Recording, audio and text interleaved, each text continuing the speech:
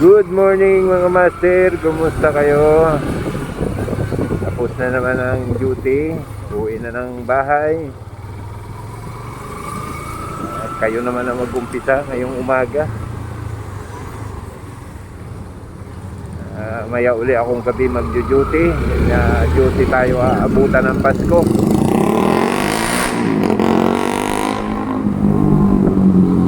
Natin maingay na motor.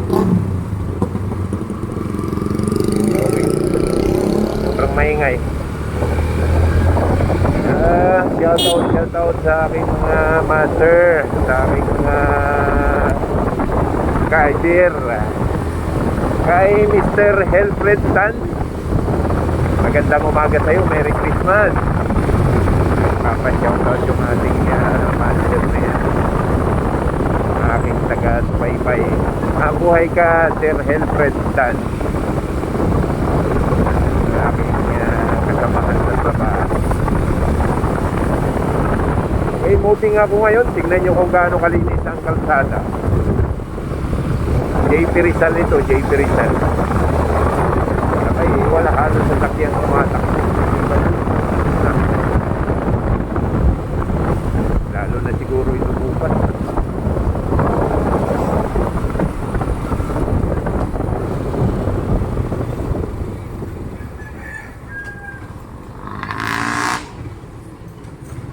Ano bang meron sa palengke? Maraming namimili, siyempre. Panghanda nila mamayang Noche Buena. Yung mga tradisyon ng Pilipino, pagdating ng ating gabi, may pinagsasaluhan sa lamesa. Hihintay nila yung ating gabi. Yung iba naman, siyempre, ay talagang tradisyon yung ginagawa nila. Yung nagbabarik sila hanggang sa makarating yung ating gabi. Yun yung pinakamagandang tradisyon na nakagisnan ko yata. Nagbabarik. Nagtatagay-tagay habang naghihintay ng ating gabi. Sinasamantala na, sinasama na ang pulutan sa budget. Inom-inom.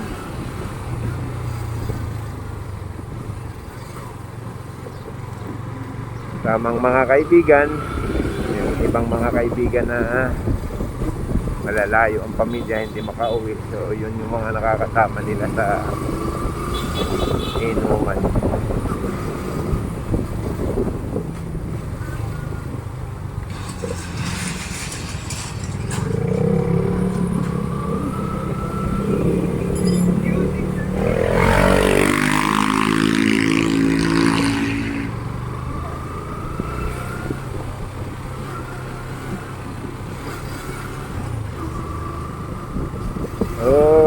Ano ba ang mga panghanda natin dyan sa ating mga lamesa mamayang gabi? Siguro yung iba masasarap.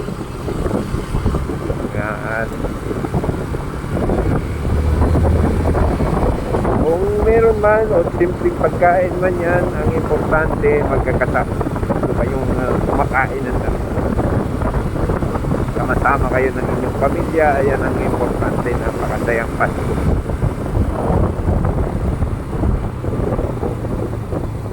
Para naman dun sa mga nasa malalayo katulad ko,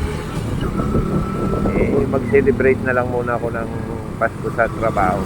Sa New Year naman ako. At nakakalungkot din isipin na yung nanay ko, siyempre gusto rin ako makasama nun sa ngayong Pasko na nasa probinsya sa Mindoro. Kaya hindi tayo makapagpasko na dun dahil may sarili na tayong pamilya.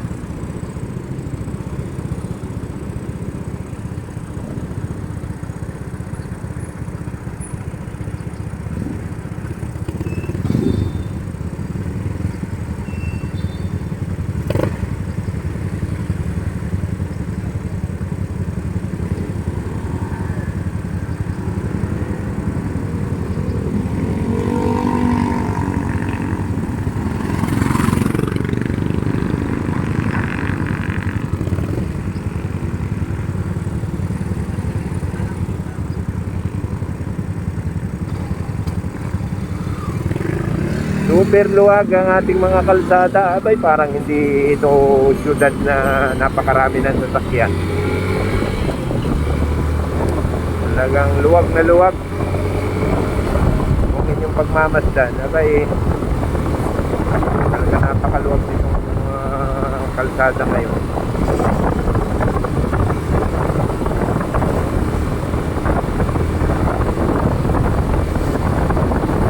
Ayun, medyo tayo ngayon. Moving na moving at talagang wala halos akong makikitang sasakyan.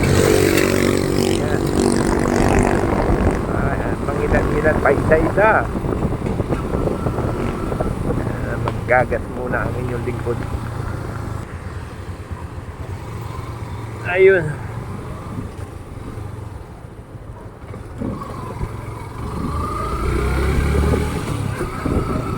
Sa mga magpapagas ngayon, abay, yung unleaded 63 pesos per liter doon sa aking pinagpagasan. Yung pula 65 pesos per liter. At yung diesel 56.50 per liter.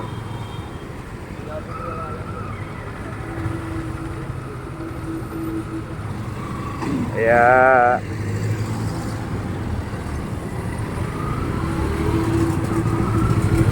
medyo mahal yata doon sa akin na pagpagasa na yun,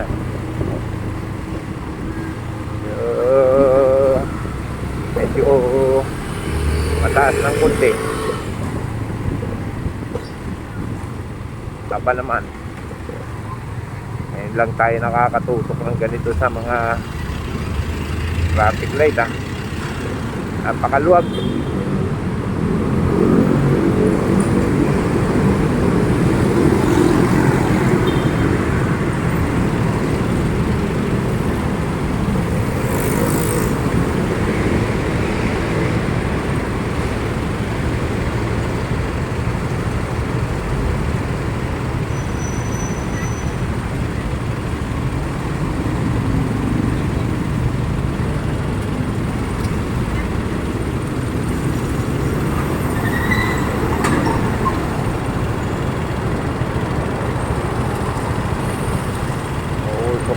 Makina ni Kuya nga. Nangyari.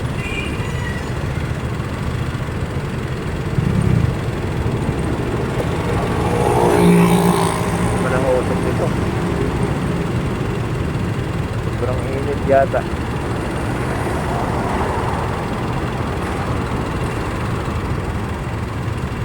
Ayun, ang kapal ng usok ng makina niya.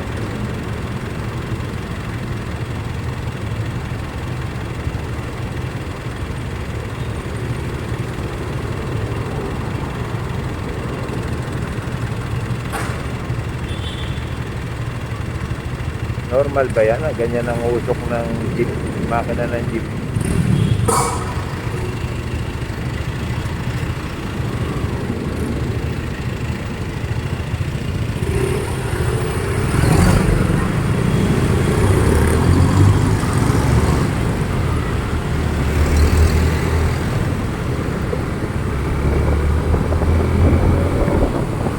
Pakatindi naman ang usok ng makina nun.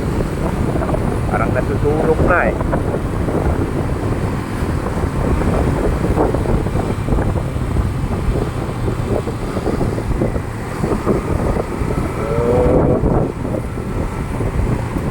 ko maintindihan kung anong dahilan ng mga ganyang makina dahil hindi naman ako marunong dyan.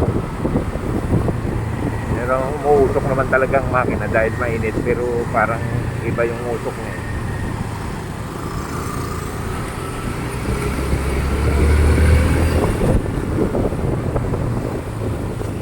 Anong meron dito? Napakaraming sasakyan sa mga gilid ng kalsada.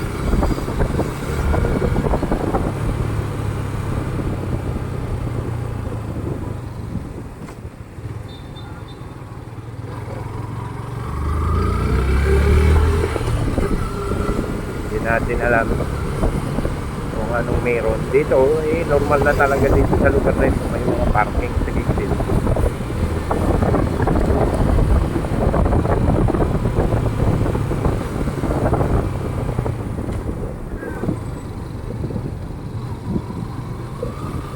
Napakaluwag ng lansangan. Parang hindi Maynila. Mapansin nyo ba yan, oh? Hanggang doon sa dulo.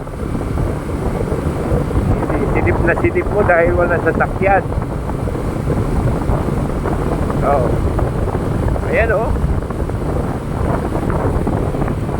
Kung ganyan lagi ang kalsada natin dito sa Maynila, ba? Tunay na maraming mga bata naglalaro ng kalsada. Ginagawa ng laruan dahil walang masyadong sasakyan.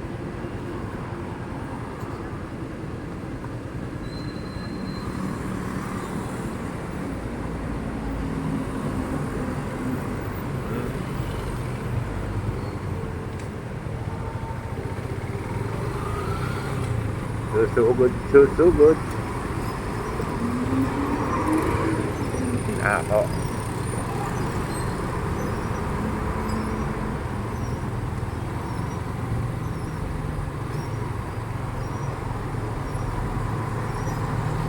Tuloy tayo dahil wala naman ditong sasakyan. Tawiran lang ng mga estudyante yan. Wala namang pasok ang mga estudyante ngayon.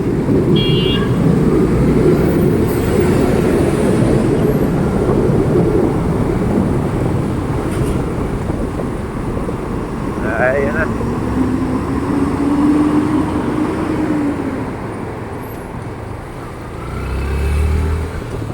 Nakakatuwang isipin na yung mga kalsada natin. Ganito kaluwag.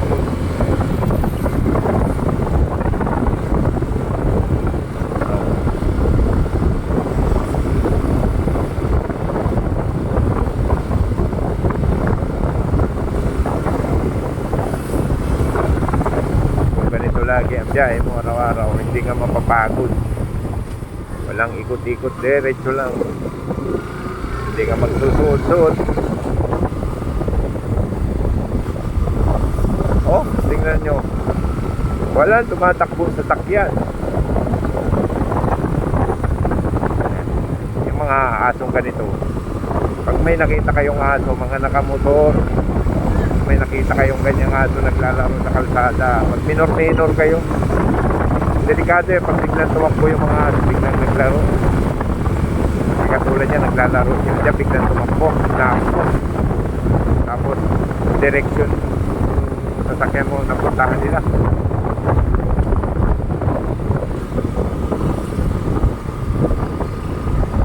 Delikado, mahirap.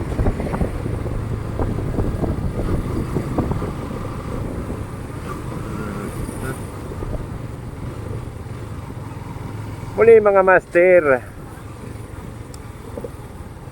mabuhay kayo at magandang umaga. Merry Christmas.